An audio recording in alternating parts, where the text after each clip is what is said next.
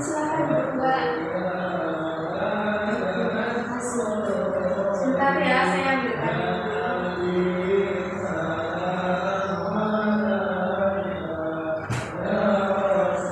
Dilihat di sini Mbak. Terima kasih ya Bu.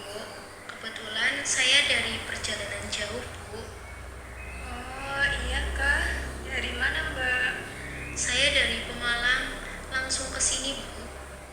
Oh jauh juga ya dari Pemalang. Padahal ini di Purwokerto loh Mbak. Iya Bu. Sebelumnya saya mohon maaf.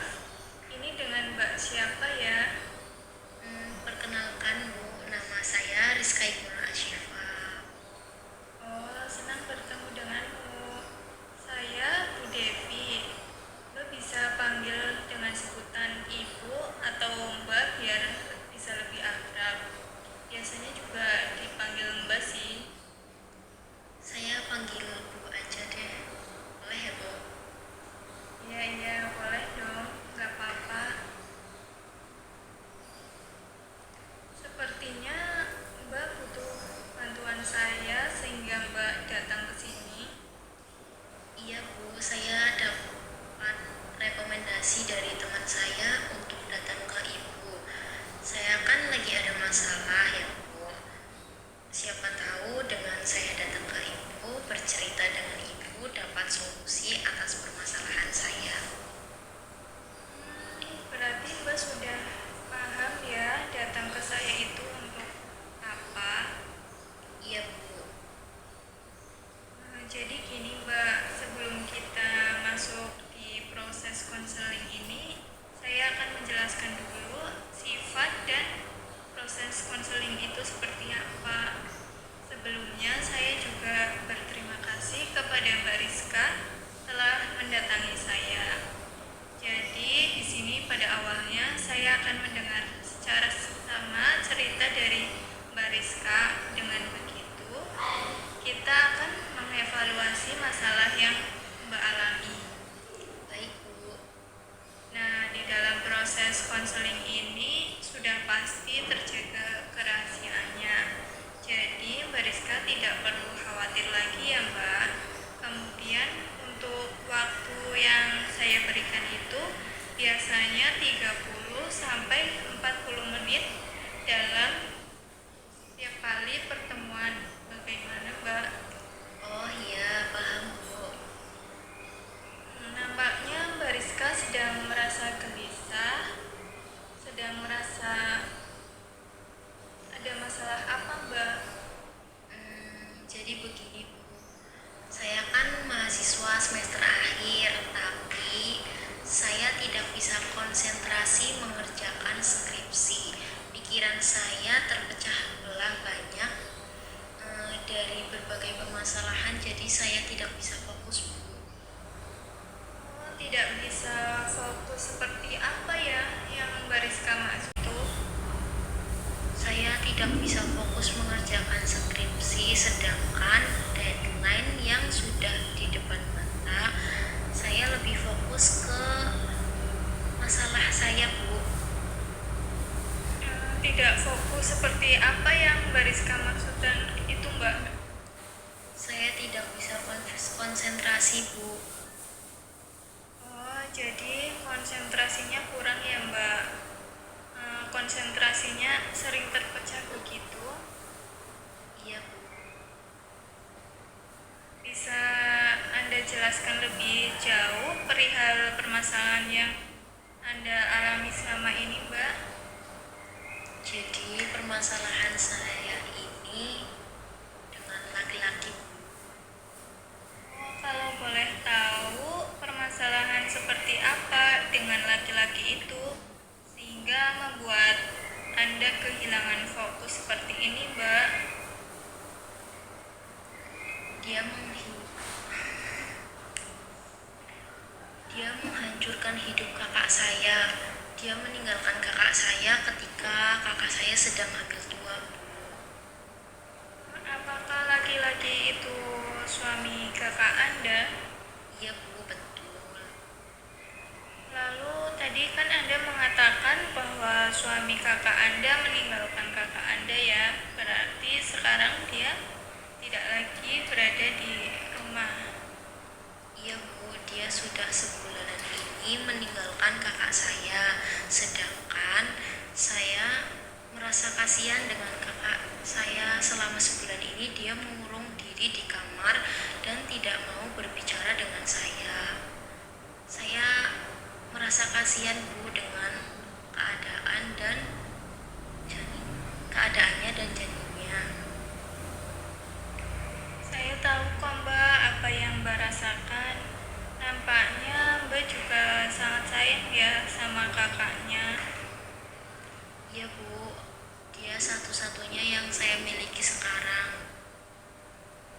Jadi Anda tidak fokus dan merasa sedih karena memikirkan kakak Anda atau memang memikirkan suami kakak Anda? Kalau ditanya seperti itu, lebih tepatnya saya memikirkan kakak saya Bu. Berarti Anda beranggapan bahwa Anda tidak fokus dan merasa sedih karena memikirkan kakak Anda yang ditinggalkan oleh suaminya, begitu ya? Iya Bu. Lalu sampai saat ini kepedulian Anda tertuju pada kuliah dengan harapan ingin fokus pada skripsi. Mungkin sekarang ini Anda tinggal merinci mengenai permasalahan kakak Anda yang menjadi fokus utama atau fokus ke hal yang lain. Iya juga sih Bu, saya kan ingin fokus dan bisa konsentrasi untuk mengerjakan skripsi saya. Karena saya juga punya target bisa lulus tepat waktu tahun ini. Tapi gimana ya Bu, saya masih merasa bingung. Bingung kenapa Mbak? Kita akan berbicara apa adanya mengenai perihal permasalahan yang Anda alami saat ini. Dan Anda juga bisa menjelaskan semua permasalahan yang Anda rasakan selama ini, Mbak. Selain permasalahan tentang kakak saya juga ada permasalahan lain Bu. Saya memiliki permasalahan di pekerjaan saya. Nah, ketika saya sudah capek bekerja, saya kan ingin istirahat ya Bu di rumah, tetapi saya nggak bisa istirahat karena ada permasalahan yang mengganjal di pekerjaan saya Bu. Kalau boleh tahu, Anda bekerja di mana sekarang ini, Mbak? Saya bekerja di salah satu toko frozen food di Malang Bu, dan saya bekerja itu cuma berdua dengan teman saya. Nah, teman saya itu seperti tidak suka dengan saya, memandang saya tidak enak pada saya. Seperti itu Bu, karena saya kan karyawan baru, sedangkan teman saya itu karyawan lama Bu. Oh, jadi seperti itu ya yang menjadi masalah di tempat kerja Anda saat ini. Itu yang membuat saya kepikiran Bu. Lalu bagaimana Anda tahu kalau teman Anda itu tidak suka pada Anda? Itu yang membuat saya kepikiran Bu. Lalu bagaimana Anda tahu kalau teman Anda itu tidak suka pada Anda? Kan kelihatan dari raut wajahnya Bu, ketika dia melihat saya, mukanya seperti tidak suka. Hal itu membuat saya merasa tidak enak hati untuk bekerja Bu. Oke, saya mengerti apa yang Anda rasakan, tapi mungkin bukan salah satu yang Anda fokuskan untuk saat ini. Mungkin Anda hanya harus memikirkan salah satu dari beberapa masalah yang Anda rasakan. Bagaimana, Mbak? Iya juga sih Bu, kan saya juga pengen fokus ke skripsi saya. Lalu perihal teman Anda yang dapat Anda rasakan,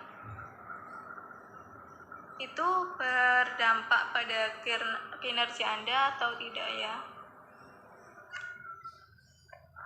Untuk saat ini tidak berdampak sih, Bu. Oke, jadi lalu Gimana ya, Bu? Saya pikir itu tidak masalah juga sih buat saya sebenarnya selagi dia tidak mengganggu dalam kerja saya. Oke, kita kembali kepada permasalahan skripsi Anda terlebih dahulu ya. Saat ini kan Anda ingin sekali fokus menyelesaikan skripsi secara tepat waktu. Sejauh ini apa yang Anda lakukan untuk dapat kembali fokus ke mengerjakan skripsi itu? Untuk saat ini saya berusaha menghilangkan pikiran-pikiran yang mengganggu saya dalam bekerja. Untuk mengerjakan skripsi untuk saat ini saya berusaha menghilangkan pikiran-pikiran yang tidak penting yang mengganggu kinerja saya untuk mengerjakan skripsi saya sih, Bu. Lalu, Saya akhir-akhir ini sering melakukan kegiatan-kegiatan di luar kampus yang membuat saya refresh kembali pikiran saya, seperti jalan-jalan dengan teman dan menonton, seperti itu. apakah hal-hal seperti itu membuat Anda dapat fokus kembali pada pengerjaan skripsi saat ini? Tidak, Bu. Baiklah, sepertinya Anda ini masih bingung ya harus memfokuskan bagaimana untuk melanjutkan skripsi itu seperti apa. Iya, Bu. Jadi, Gini, Bu, mungkin menurut saya harus lebih rajin lagi bimbingan ke dosen pembimbing kali ya, Bu. Dan saya juga harus bisa membagi waktu antara mengerjakan skripsi dan juga bekerja. Kira-kira bagaimana ya menurut Ibu? bagus. Mengenai hal itu, saya kira Anda yang lebih paham ya bagaimana seharusnya yang Anda lakukan agar skripsi Anda lekas selesai dan Anda dapat wisuda juga dengan tepat waktu. Apa Anda masih bingung saat ini? Untuk saat ini tidak sih, Bu. Saya merasa sudah mempunyai sedikit gambaran mengenai apa yang saya lakukan untuk menyelesaikan skripsi saya.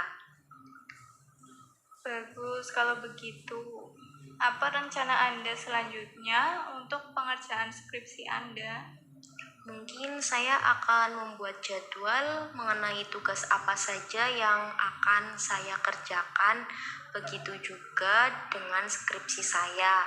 Nah, setelah itu mungkin saya akan menemui dosen pembimbing untuk mengkonsultasikan skripsi saya yang mungkin akan ada perbaikan-perbaikan gitu, Bu. Oh iya, baiklah, saya mengapresiasi rencana Anda ini.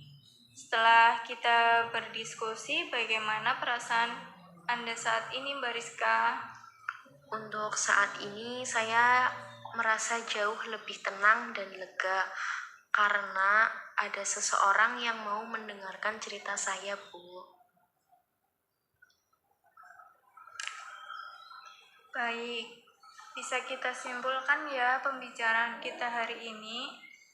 Jadi Anda di sini itu memiliki permasalahan tidak fokus terhadap skripsi dan permasalahan yang kakak Anda alami yang membuat Anda menjadi kepikiran sampai saat ini. Lalu Anda memiliki rencana-rencana yang Anda lakukan seperti itu ya Mbak? Iya, Bu. Baik, apakah untuk saat ini Anda ada yang ingin disampaikan lagi? Saya kira sudah cukup, Bu. Baik, kita tutup pembicaraan kali ini ya. Saya sangat berterima kasih juga pada Mbak Rizka karena sudah menemui saya, telah mempercayai saya. Terima kasih sebanyak-banyaknya ya Mbak Rizka. Ya Bu, sama-sama. Terima kasih juga ya Bu. Saya pamit dulu. Assalamualaikum. Waalaikumsalam. Audio Jungle.